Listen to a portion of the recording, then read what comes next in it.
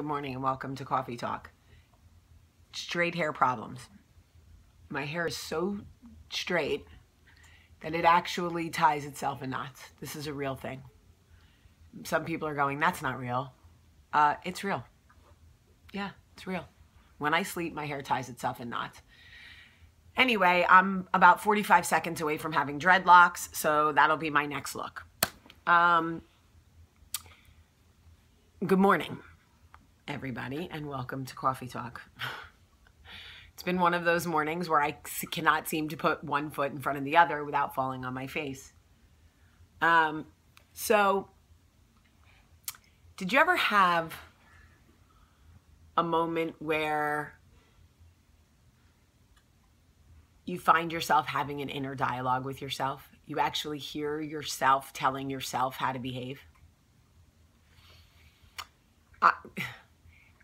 Not like you hear voices, like you hear your own voice in your head saying things to you. For example, lately I have been talking to myself about different scenarios. You know, I come across somebody, they're talking to me, and I start to have certain thoughts about them, good, bad, whatever. And then my inner dialogue is like, Jamie, don't think those things about her. You don't even know her like that. What is wrong with you? And I'm like, you're right. I don't know. Something must be going on with me, clearly. I have been having these inner dialogues a lot lately. And I was actually talking to my publisher, Laura, about it and telling her, like, I think I'm going a little bananas in that I now have coffee talked myself into a corner. I can't even have a bad thought about somebody without, I have a bad thought about someone and my inner voice is like, well, you could pray for them. You could try and contribute to make the situation better. You could put yourself in her shoes. I'm like, oh my, get out of my head, Jamie. Get out of your own head. So what am I getting to here? That I need help, professional help, perhaps. So there are a bunch of things coming down the pipe for me that you guys will be the first to know. Because when they say, Jamie, you can't tell anyone, I go, dude, I'm only going to tell 300,000 of my closest friends. And one of the things that we have been working on is a new show. Putting all the framework together for a new show. And trying to get it started and all of that. And I know that there are people in my life who don't want it. Not for any other reason other than it bothers them when I get attention. They have skeletons in their closet they don't want to come out. And they think somehow by proxy, just being in my life somewhere, that will happen. They are not really doing much with their own life, so the more that happens in mine, the more it bothers them. And for a while, I didn't realize it, but I wasn't as enthusiastic about the opportunities coming my way as I should have been. I was like, well, if it works out, well, and I started to have an inner dialogue with myself. The Jamie voice took over and was like, all right, what is your issue? What is your issue? You work really hard.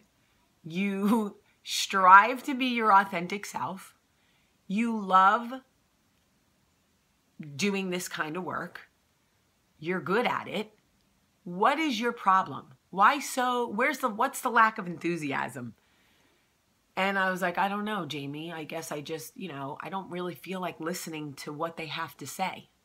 I don't really feel like listening to their comments, their snide comments, the stuff they put out into the community, their issues, whatever.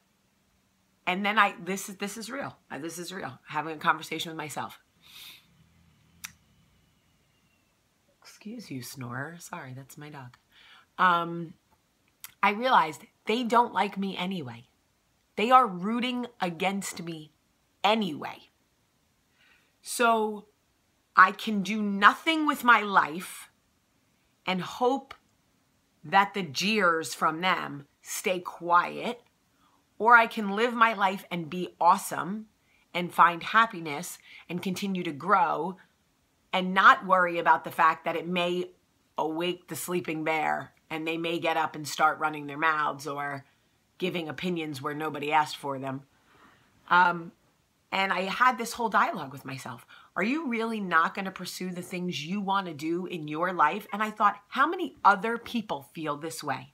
How many other people want to do their hair cute or want to get dressed up when everybody else is wearing athleisure wear and tennis skirts, whatever, but you want to dress up, but you don't, because you don't want to hear the jeers from other people.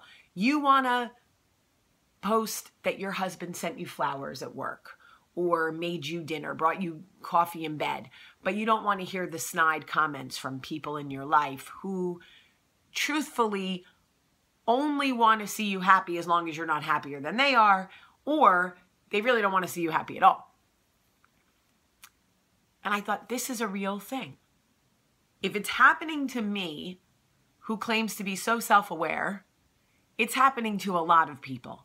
How many of us actually put the brakes on our success or our happiness because we are afraid, to some degree, of what the naysaying outliers in our lives how they will react?